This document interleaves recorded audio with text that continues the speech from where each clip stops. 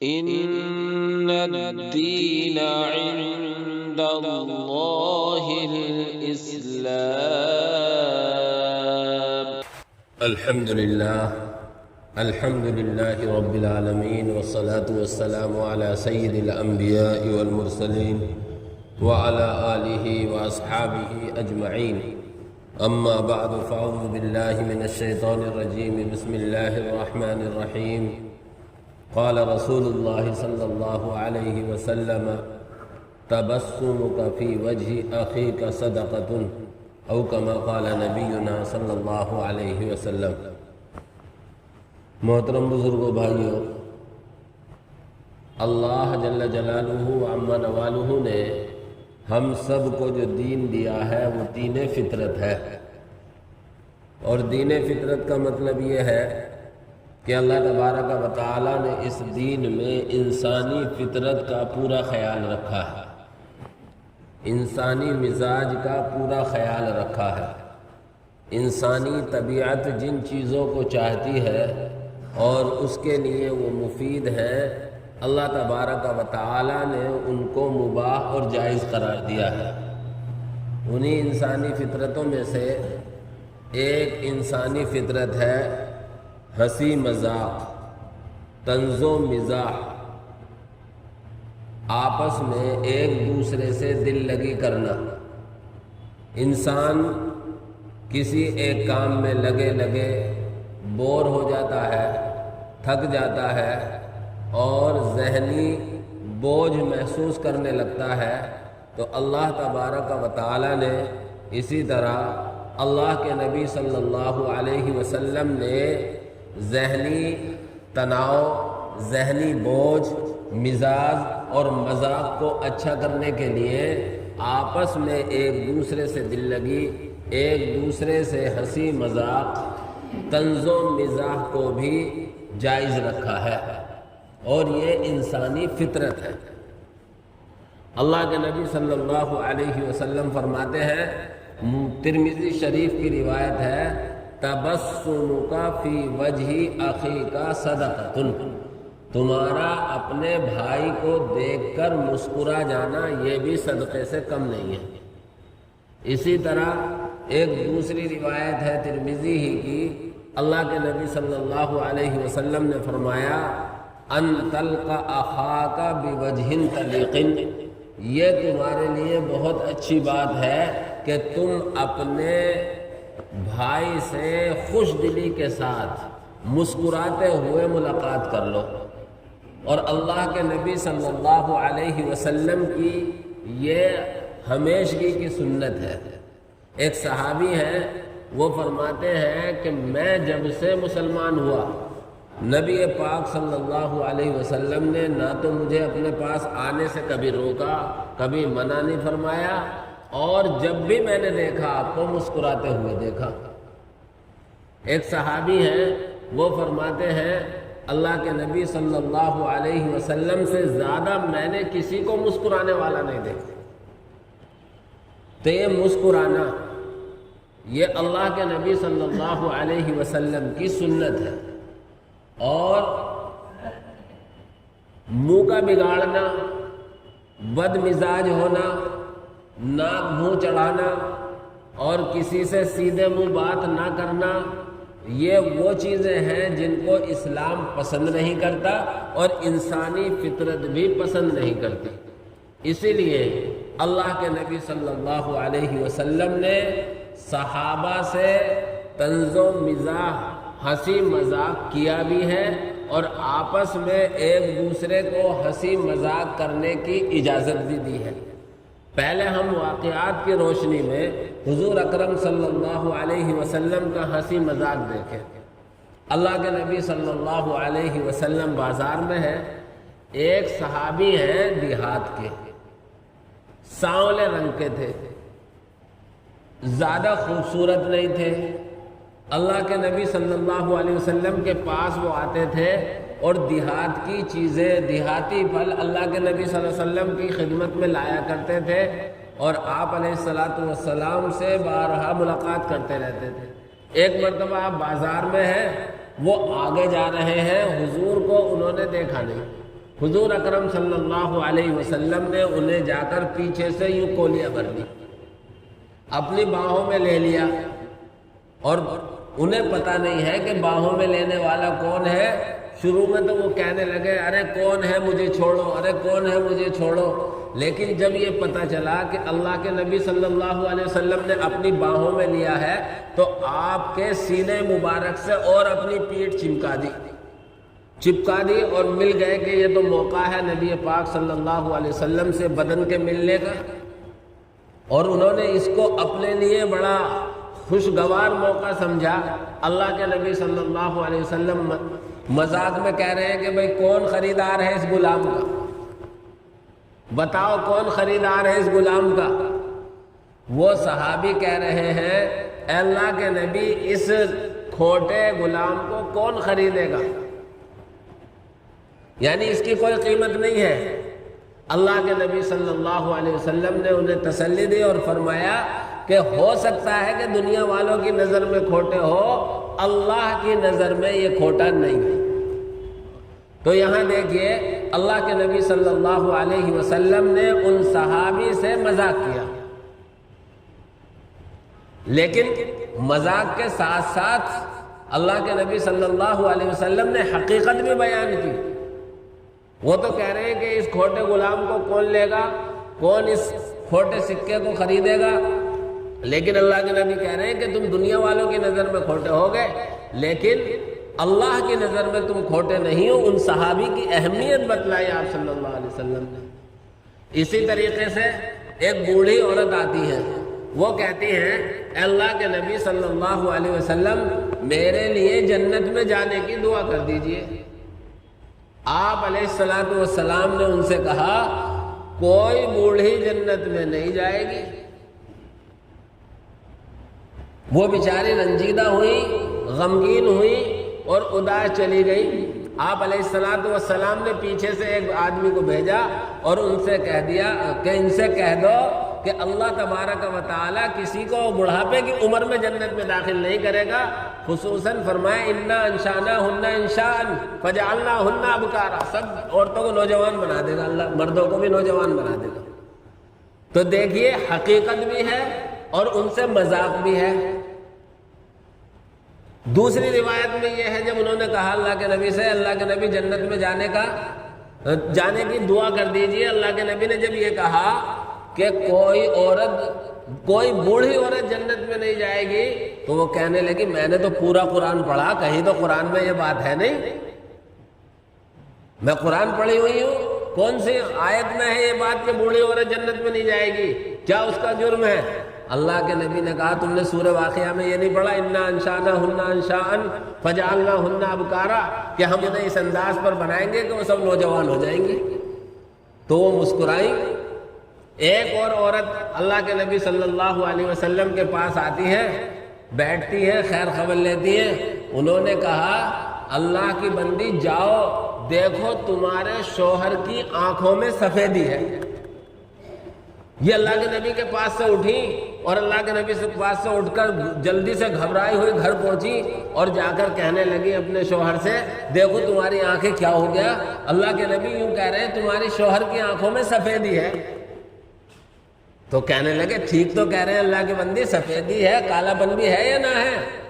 کہ ہاں کالا پن بھی ہے۔ تو کہ اللہ کے بندی کالا پن بھی ہے اور کالے پن کے ساتھ سفیدی ہوتی ہے؟ تو وہ وہاں جا کر بہت مسکرائی اور بڑا فخر محسوس کیا کہ اللہ کے نبی صلی اللہ علیہ وسلم نے میرے ساتھ دل لگی کی، کتنے کھل کر مجھ سے پیش آئے، اور اللہ کے نبی صلی اللہ علیہ وسلم کی جو عزت احترام ان صحابیہ کے دل میں اور زیادہ بڑھ گیا۔ تو اس طریقے سے اللہ کے نبی صلی اللہ علیہ وسلم اپنے ساتھیوں سے ہنسی مذاق اور مزاح، طنز و مزاح کیا کرتے تھے۔ منہ بنا کر بیٹھے رہنا اور ناک منہ چڑھا لینا یہ اسلامی مزاج نہیں ہے اور نہ انسانی فطرت ہے۔ انسان تو انسیت سے بنا ہے، ایک دوسرے سے محبت، ایک دوسرے سے تعلق اور ایک دوسرے سے ملنا اور ایک دوسرے سے دل لگی کرنا، یہ اس کی فطرت ہے۔ اسی طرح اللہ کے نبی صلی اللہ علیہ وسلم کا میں نے ایک واقعہ پچھلے ہفتے سنایا تھا. ایک صحابی ہیں حضرت اسید بن حضیر رضی اللہ تعالیٰ عنہ. انسان میں اللہ تبارک و تعالیٰ نے ساری چیزیں رکھی ہیں، لیکن کچھ چیزیں کسی میں نمایاں ہوتی ہیں، زیادہ ہوتی ہیں. اسید بن حضیر رضی اللہ تعالیٰ عنہ بھی ایسے ہی تھے. ان میں دل لگی کرنے کی، ہنسانے کی بہت عادت تھی. سارے کے سارے صحابہ بیٹھے ہیں، وہ بھی بیٹھے ہیں، وہ کچھ سنا کر ہنسا رہے ہیں. اللہ کے نبی صلی اللہ علیہ وسلم بھی مجلس میں ہے، انہوں نے کسی بات پر ہنسایا، اللہ کے نبی کے ہاتھ میں ایک چھڑی تھی، ان کی کمر پہ مار دی. اسید بن حضیر رضی اللہ تعالی عنہ نے مذاق کی کہنے لگے، اللہ کے نبی آپ نے مجھے تکلیف دی ہے، میں تو بدلہ لوں گا.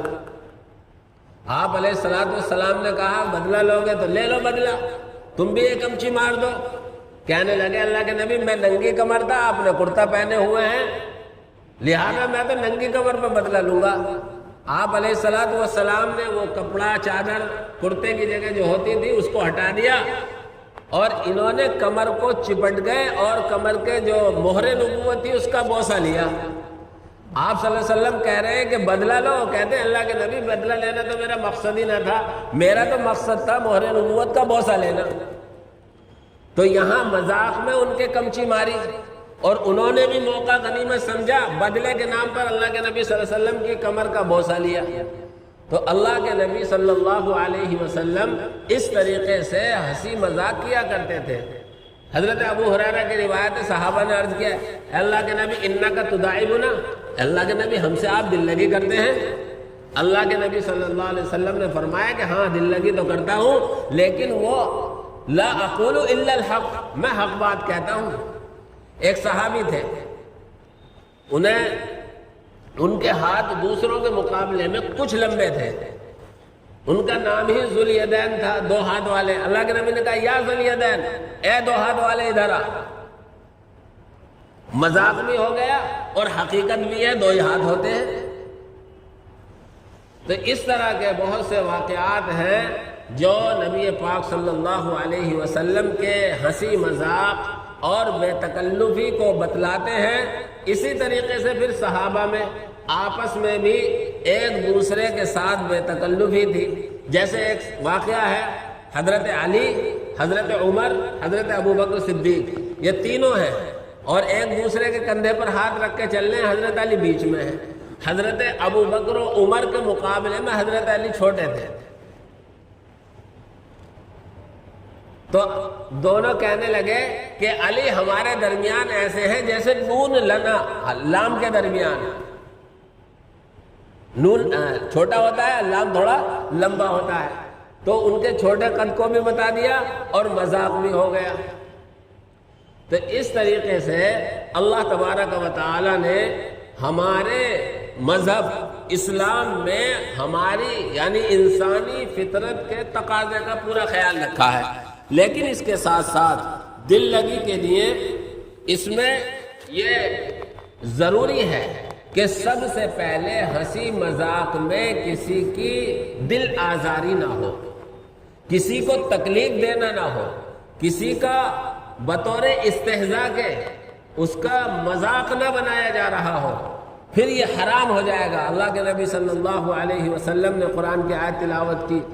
قرآن میں ہے یا ایھا الذین آمنوا لا یسخر قوم من قوم عسى ان یکونوا خیرا منهم ولا نساء من نساء عسى ان یکن خیرا منهن، کہ ایک دوسرے کا ایسا مذاق مت بناؤ جس سے اس کی دل آزاری ہو رہی ہے. جہاں دل آزاری ہوگی وہاں وہ حرام ہو جائے گا. دل آزاری کو بالکل منع کیا گیا ہے. اسی طریقے سے مذاق صرف دل لگی کے لیے ہو، ایسا نہ ہو کہ ہم اسے حقیر سمجھ کے وہ جملہ کہہ رہے ہوں، اسے گھٹیا سمجھ کر ہم کہہ رہے ہوں. اگر ہم کسی کو گھٹیا سمجھ کر اس طرح کا مذاق کر رہے ہیں تو پھر یہ بھی ناجائز اور حرام ہو جائے گا. اور پھر صحابہ کے بعد تابعین، تبع تابعین، بزرگان دین میں بھی یہ ہنسی مذاق کا سلسلہ چلا آیا ہے. حضرت حافظ ضامن شہید رحمۃ اللہ علیہ کے بارے میں مشہور ہے. وہ ہمارے بزرگوں میں سن 1857 کی جنگ میں شہید ہوئے ہیں وہ، اور ہمارے بزرگوں میں وہ بہت زیادہ مذاق کرنے والے تھے۔ آج بھی ہمارے کچھ علماء ایسے ہیں کہ وہ برسر ممبر بہت مذاق کرتے ہیں، بلکہ ایک پڑوسی ملک کے عالم ہیں، وہ تو اپنے ایک بیان میں کہہ رہے تھے کہ میں اس طرح کے ہنسی مذاق کے جملے نصیحت ان سے نکالتا ہوں اور میں سناتا ہوں تو مجھے ایک مسجد سے ہی نکال دیا گیا، اس بنیاد پر کہ یہ تو ہنسی مذاق کرتا ہے۔ آپ حضرات میں سے ان کا بہت سے نام جانتے ہوں گے، مفتی طارق مسعود، کہ مجھے ایک مسجد سے صرف اسی وجہ سے نکال دیا۔ خیر، حافظ ضامن شہید رحمۃ اللہ علیہ کے بارے میں یہ واقعہ حضرت مولانا اشرف علی تھانوی رحمۃ اللہ علیہ نے لکھا ہے حکایات اولیاء میں، کہ حضرت حافظ ضامن شہید بہت زیادہ مذاق کیا کرتے تھے۔ تو وہ کہتے ہیں کہ کوئی بیعت ہونے آتا تھا تو کہتے تھے کہ فلاں پیر صاحب کے پاس چلے جاؤ، کوئی مسئلہ پوچھنا آتا تھا تو کہ فلاں مولوی صاحب کے پاس چلے جاؤ، اور بھیا حقہ پینا تو آ جاؤ یاروں کے پاس۔ اپنے آپ کو یوں کہتے تھے کہ حقہ پینا ہے تو آ جاؤ یاروں کے پاس۔ ان کے بارے میں کسی اور بزرگ جب وہ شہید ہوئے، تھانہ بھون میں ان کا مزار ہے، میں بھی اس پر گیا ہوں، تو کوئی بزرگ ان کے مزار پر فاتحہ پڑھنے گئے تو انہیں کشف ہوا اور یوں کہا، ابے جا، کہاں فاتحہ پڑھنا آیا ہے؟ فاتحہ مردوں پہ پڑھی جاتی ہے، تو کہاں یہاں فاتحہ پڑھنا آ گیا؟ تو انہوں نے کہا کہ بھئی ایک کون بزرگ دفن ہے؟ کہنے لگے یہ حافظ ضامن شہید ہیں، یہ شہید ہوئے ہیں، اور جو شہید ہوتا ہے وہ زندہ ہوتا ہے، اس لیے انہوں نے مرنے کے بعد بھی مذاق کیا۔ یا کسی نے خواب میں دیکھا کہ وہ کہہ رہے ہیں کہ اس سے کہہ دیو کہ میرے مزار پہ کہاں فاتحہ پڑھنا آ گیا، فاتحہ تو مردوں پہ پڑھی جاتی ہے، اور جو شہید ہوتا ہے وہ مردہ نہیں ہوتا۔ تو یہ ہنسی اور مذاق کی بات ہے۔ کچھ انسانوں میں یہ فطرت زیادہ ہوتی ہے اور کچھ انسانوں میں یہ کم ہوتی ہے، ہوتی سب میں ہے۔ دل لگی کرنے کو سب کا دل چاہتا ہے، لیکن یہ یاد رکھا جائے کہ دل لگی میں بھی حقیقت ہونی چاہیے، کسی کی آبرو ریزی نہ ہو، کسی کی دل آزاری نہ ہو، کسی کو حقیر نہ سمجھا جائے اور اسے حقیر سمجھ کر کوئی جملہ نہ کہا جائے۔ ان ساری چیزوں کی اگر رعایت رکھیں گے تو یہ ہنسی مذاق جائز ہوگا، بلکہ ایک دوسرے کے رنج، ایک دوسرے کے غم اور ایک دوسرے کی ٹینشن اور ذہنی بوجھ کو کم کرنے کا ذریعہ ہوگا۔ جیسے کل ہی میں ایک بخل، کنجوسی کا واقعہ پڑھ رہا تھا کہ ایک کنجوس تھا، اس کنجوس نے، بچوں نے مطالبہ کیا کہ گھی لاؤ، گھی چٹنی روٹی کھایا کریں گے، تو وہ ایک گھی کا ڈبہ لایا خرید کے، اور گھی کا ڈبہ لایا تو وہ بچوں سے کہتا تھا کہ لاؤ، اور ڈبے پہ باہر سے رگڑ دیا کرتا تھا اور کھا لیا کرتے تھے۔ وہ 8-10 دن کے لیے کسی کام سے سفر میں گیا اور گھی کو الماری میں بند کر دیا، الماری میں بند کر کے چلا گیا، لیکن اسے یہ فکر ہوئی کہ بچوں نے کہیں سارا گھی ختم نہ کر دیا ہو۔ آ کر پوچھنے لگا کہ بتاؤ اب کیسے کھاتے تھے گھی؟ کہ ابو تم تو ڈبے پر رگڑتے تھے، ہم نے تو الماری کی کھڑکی پر رگڑ لیا کرتے تھے روٹی۔ کہنے لگے شاباش تم کامیاب ہو۔ تو اس طرح کے واقعات سے ایک تو آدمی کے ذہنی بوجھ ہلکا ہو جاتا ہے، اور اسی طریقے سے جو طبیعت میں ایک خوشی ہونی چاہیے اور ٹینشن ختم ہونی چاہیے، ایک دوسرے کے ساتھ اچھا برتاؤ ہونا چاہیے، اس طریقے کے واقعات سے سمجھ میں آ جاتا ہے۔ اور اس سے یہ بھی پتہ چل جاتا ہے کہ بعض ایسے کنجوس ہوتے ہیں، بلکہ اس سے بڑھ کر یوں کہو کہ مکھی چوس ہوتے ہیں، کہ ڈبے پر رگڑ کے بچوں کو بہکا رہا ہے۔ بھئی اللہ نے نعمتیں کھانے پینے کی دے رکھی ہیں تو ان کا استعمال کرنا چاہیے، اللہ نے مال دے رکھا ہے تو اس کا صحیح استعمال کرنا چاہیے۔ اسی طریقے سے آپس میں ایک دوسرے سے مذاق اور مزاح ہے، ایک دوسرے سے دل لگی اور ہنسی مذاق ہے، شریعت نے اس کو بھی انسانی فطرت کے مطابق جائز قرار دیا ہے، بلکہ عام حالات میں مستحب ہے، بہتر ہے، جبکہ شرط یہ ہے کہ دل آزاری نہ ہو، اس کو تکلیف نہ دی جا رہی، اس کو حقیر نہ سمجھا جا رہا ہو، اس سامنے والے کو اس کا برا نہ لگ رہا ہو۔ ان شرطوں کے ساتھ اگر ہم ایک دوسرے سے ہنسی مذاق کریں گے اور اس کی حیثیت عرفی کا خیال رکھیں گے تو یہ بھی جائز ہوگی۔ اس لیے اس طرح کی ہنسی مذاق، ہاں ہنسی مذاق میں حد سے گزر جانا یا شریعت کے کسی حکم کا مذاق بنانا، جیسے آج کل بہت سے ویڈیو بنانے والے نماز کا مذاق اڑا رہے ہیں یا جنازوں کا مذاق اڑا رہے ہیں یا اور اس طرح کے بہت سے شرعی احکام کا مذاق اڑا رہے ہیں، وہ صحیح نہیں ہے۔ کسی واقعے سے آپ کسی کی نقل کر کے آپ صحیح پیغام اگر دینا چاہ رہے ہیں تو وہ تو دیا جا سکتا ہے، لیکن کسی شخص کا ایسا مذاق جس سے اس کی دل آزاری ہو یا اسلام کے کسی حکم کا ایسا مذاق جس سے اس کی توہین ہو رہی ہو، یہ درست نہیں ہے۔